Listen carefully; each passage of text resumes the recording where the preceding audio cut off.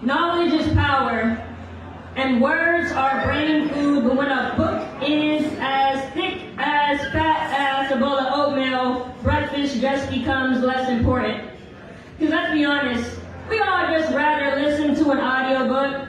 We want to hear other people's stories. Better yet, we want to hear other people tell our story, but someone else can write your autobiography. I see funerals in these Roman numerals as letters take the identity of numbers. I see destruction of our voice that's coded before the book even starts. And see, while we are not defined by these circumstances, it is still a part of our dictionary. It directs our dialect and puts enunciation into our accents. Our origins are made up of nouns, verbs, adjectives, prepositions, and predicates, but that is only a part of speech which leaves a hole in language. And I want to become whole in my own language. See, I'm a declarative, interrogative, exclamatory, complex, compound type sentence. I don't even know what the fuck that means. I have pages filled with commas because I don't know how to end things I'm not ready to let go of. I'd rather just run on because sometimes a period is much more than just a dot.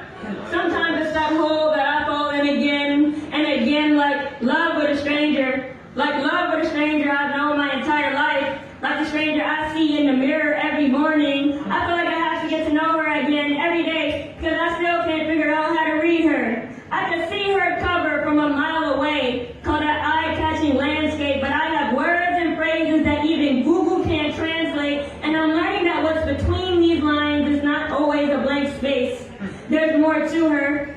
And while the glossary is at the back of the book, you must reach it by moving forward. We often get it confused with the appendix because we think we're worthless, skimmed like weird milk, but there's always more to be found when you're looking for it like crosswords. No spelling bee could test this. I don't want to be placed in the metrics of this Dewey Decimal System. These are my stories and I don't want a librarian to carry them. I don't subscribe to the narrative of Webster or Merriam. I wasn't made for a library. I lie very comfortable on my own bookshelf. Hey.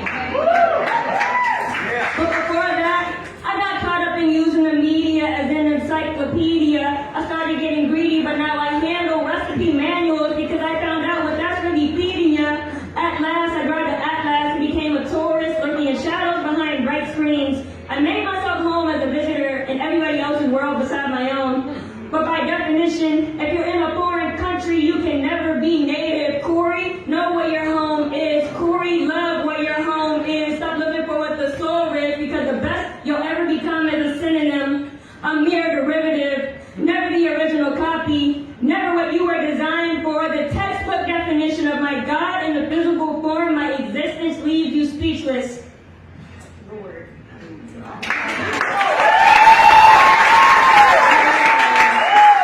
And when Microsoft leaves a red line under your name, stop auto-correcting it because it was never misspelled to begin with. Korie, Latte, Broadwater, Allen. We are author and illustrator, and we write with utensils as sharp as our minds, chapters that capture pictures moving off the page. Ladies and gentlemen, days and dims, the tape is rolling. Take one for yourself instead of always taking one for another team. We are now director, editor, and producer, and we bring life to the life that we want to live.